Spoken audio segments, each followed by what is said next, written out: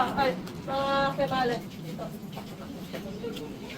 So the very reason kung bakit nandito sila Sir Diaz, maliban sa alumna, because alam naman natin yung mga nangyayari. Lately, di ba, na napalabas sa TV, may mga student, may mga bata na nagdala ng baril, di ba, may mga batang nananaksak. So, any advice po sa kanila? Pieces of advice, lalo na sa pagtitake ng board exam kasi matinding ang mga yan. Good afternoon mga sir. Sino? I am Police Master Sergeant Jamar Diaz, batch 2007. Alumni ako dito ng batch 2003. Sa awa ng Diyos, after ng 4 years na pagka-graduate ko, bago ako nakapasok ng PNP, nagtrabaho muna ako bilang security guard for almost 4 years. Nag-iipon muna ako, nagtrabaho habang nag-a-apply ako. Ang ginawa kong inspirasyon para makapasok sa PNP, kung ano yung nasimulan ko nung bata pa ako simulan ng elementary pa ako, yung naging inspirasyon ko yung father ko. Kasi mahirap lang kami noon, hindi basta-basta kasi kung elementary ako, kahit parang yung yung baon ko noon na parang kayod pa lang. Kung ano yung napagtatrabaho lang father at mother ko, yung naging baon ko lang, naging high school ako, ganun pa rin hanggang college. Nag-college ako dito sa Sikusat, mura pa rin ng tuition fee. Yung 1 semester noon 3.5 pala, mura na yon. Tapos ang isa pang tumutulong sa akin noon, alam niyo si Sir Garcia, kasi siya ang naging Emergency President na. kaya test na.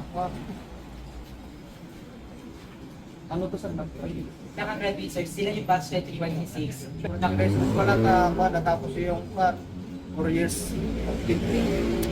May degree na kayo, kulang na lang sa inyo. Mag-delete na sila sir. Kapag titik pala ng board, mag-review kayong mabuti. Hindi basta-basta mag-take ng board ng criminology. Ang pinakamahirap na yan, yung sa law enforcement. Yan.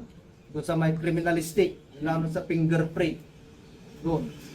Pag nabagsak kayo ng isang subject lang yan, pag bumaba ng 50%, yung grades nyo doon, wala na, bagsak na kayo talaga. Pag may 50% kayo, below 49, pag nakuha kayo ng 49, talagang bagsak na kayo sa board. Kahit paano, ang pagre-review, hindi naman basta basta isa-isip mo lang ang pagre-review. Huwag yung basa ka ng basa. Huwag yung pinipilit mo na mag-review ka. Wala rin yun, hindi papasok sa ulo mo yun. Hindi may insert talaga. Ang pag-review lang parang binabasa mo lang, basta iniisip mo. Kung ano yung napag-aralan mo nung first year to fourth year, basta ma-internalize mo yung mga yun. Walang magiging problema. Makakabasa ka ng Board of Criminology, magiging criminologist ka. Sa akin nga, bumagsak yung isang subject ko. Yung sinasabi nila na pinaka-easy na subject, yung huli pa, yung correction pa, doon pa ako bumagsak 60%. Pero nagpataas sa akin yung mga iba, kasi pag may 80% ka pataas, pupuputin yung pataas kami. May inspire kayo, kaya yung mga itong bagong graduate, yan kayo may inspire. Kasi ang kuwan ko noon, nung hindi pa ako nakapasok, nakita ko yung mga classmate ko noon. Kung kaya nila, bakit hindi ko rin kaya? Ganun rin kayo, may inspire kayo. Kailan rin kaya ako magkakasuot ng yan? Ganyan rin ang isipin nyo. May inspire kayo. Pag nakakita kayo, someday, makapag-exam kayo, makapag-board kayo. Hindi lang yung board ang examin nyo, mag-exam rin kayo ng NAPOLCOM. Kung may NAPOLCOM ngayon, October, hindi na kayo mag-apply. Take kayo ng contracts. Kuan na lang, isipin nyo sa akin noon, nag-take up ko ng kuan. Hindi, ang ginawa ko noon, kung ano ang may pasa ko, sabi ko nung pinagsabay ko kasi, So, 2003, kung ano yung may pasapor na eligibility, yung nag-i-apply ko.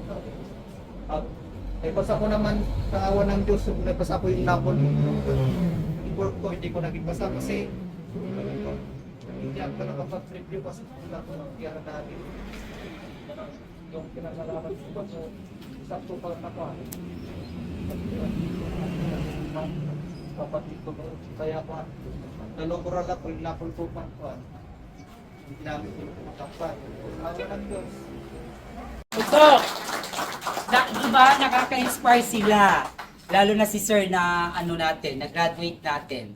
Nakaka-inspire, lalo na yung batch nila na nag-training, kamakailan lang, si Siko Sat ang nakahawak ng B. Kasi si Vanessa Corpus ang top 1 sa lahat.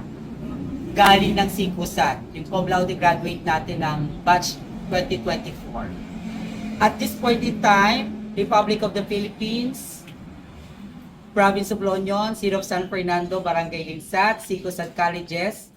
Certificate of appearance is awarded to Police Master Sergeant Esmar Tejada Diaz, appeared at this institution through a courtesy call.